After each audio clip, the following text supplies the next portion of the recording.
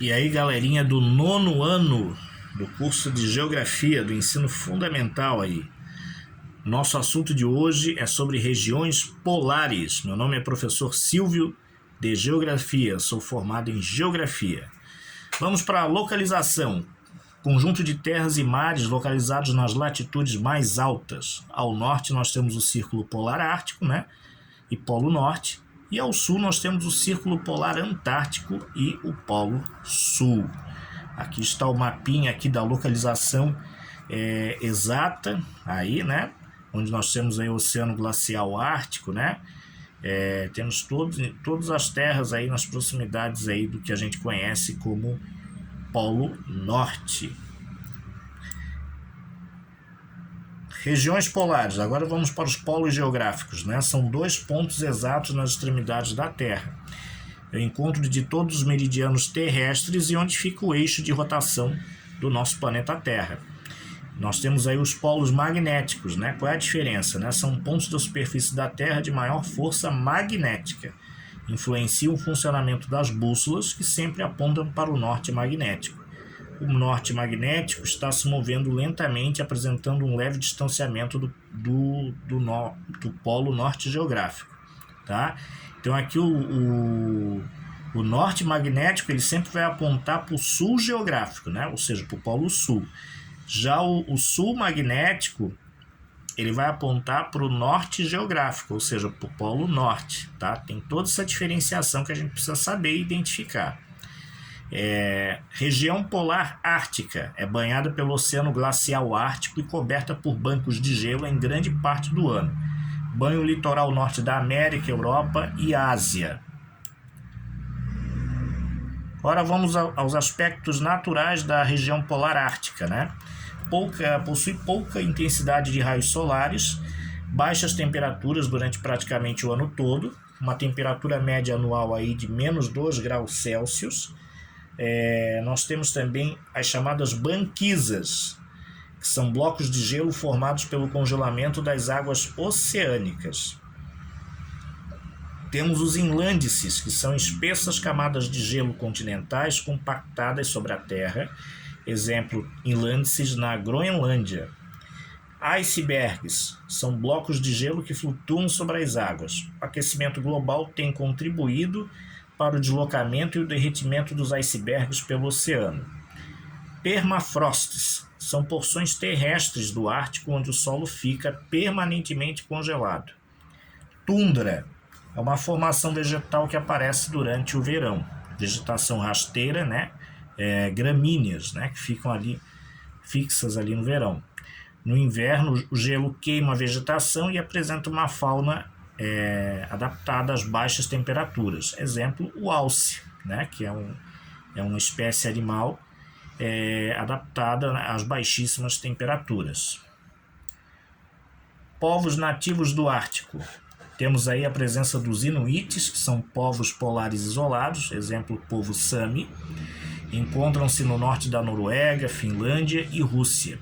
Os Inuites têm se organizado para defender seus direitos sobre seus territórios e sobre sua cultura também, né? Não só a questão territorial, mas a preservação da sua cultura local também.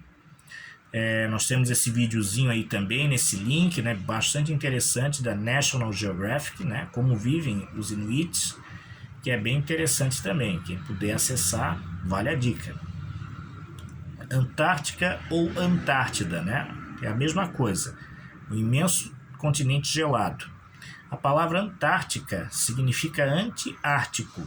Já a palavra Antártida significa historicamente área perdida, continente perdido, né? Lado mitológico, né? Porém, ambas as palavras estão corretas e se referem a um mesmo território geográfico. Possui aí 14 milhões de quilômetros quadrados. Aumento da extensão territorial pelo congelamento das águas. Totalmente cercado por 3 oceanos, né? Que são os oceanos Pacífico, Índico e o Atlântico. Clima da Antártida, né? Possui temperatura média anual aí de menos 57 graus Celsius, né? Sendo que no litoral nós temos aí menos 10 graus Celsius, tá? Um ambiente inóspito para os seres humanos. possui clima seco, ausência de vegetação e intensos ventos atingem a região, né? Muita ventania. Inóspito é uma característica de um local em que não há condições de habitabilidade, né? Não tem como viver, ou onde não se consegue viver. Não se consegue habitar, né? Ou onde não se consegue viver realmente. Relevo. Tem uma altitude média Antártida aí de cerca de 2.000 metros. No interior temos aí a presença de extensos planaltos e montanhas. Temos também o famoso maciço Vinson, que é a maior altitude do continente, possuindo aí 5.000 metros. 5.000 metros de altitude em relação ao nível do mar, então é super alto. Aspectos físicos da Antártida: vegetação e fauna. A vegetação distribui-se de maneira irregular, e escassa, restrita a uma estreita faixa próxima do mar. A fauna aí é composta por focas, aves, pinguins, baleias e muitos invertebrados, tá? Só um detalhe que pinguim a gente encontra na Antártida, porém o urso, né, a presença dos ursos polares ocorre só lá no Ártico, lá no Polo Norte. Antártida, a presença humana, ocupada principalmente por bases científicas de vários países. No início do século XX ocorrem as primeiras expedições para explorar o interior, né, do continente. Exemplo, nova base brasileira, Comandante Ferraz, na ilha Rei Jorge, na Antártida, né? Tratado da Antártida vigora desde 1959 até os dias atuais. Objetivo: preservar os recursos naturais e evitar conflitos internacionais. A ocupação só pode ser feita para fins pacíficos, como, por exemplo, a pesquisa científica. Seguindo os interesses na Antártida, considerada patrimônio da humanidade, né, não pertence a nenhum país. Vários países reivindicam a posse de grandes áreas desse território, né, da Antártida. Estima-se que existam importantes reservas de petróleo, gás natural, cobre, manganês, etc. Ou seja, vários minérios aí que têm um valor econômico muito considerável. Questões ambientais nas zonas polares. Temos aí que o aquecimento global é o responsável pelo maior degelo nas áreas polares e pela extinção de espécies animais, que seria a fauna, né, e vegetais, que seria a flora.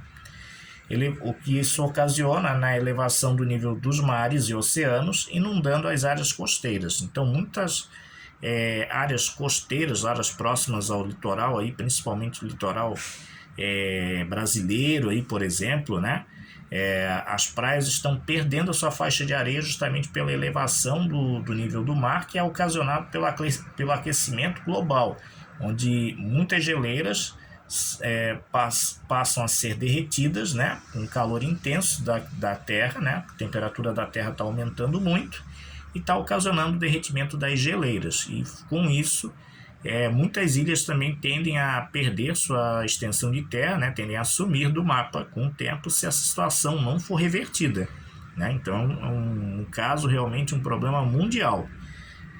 Não é um problema local, não, é um problema mundial, muito grave. Precisa ser combatido, né, de alguma forma com políticas ambientais, políticas públicas ambientais que reduzam a poluição do ar, principalmente.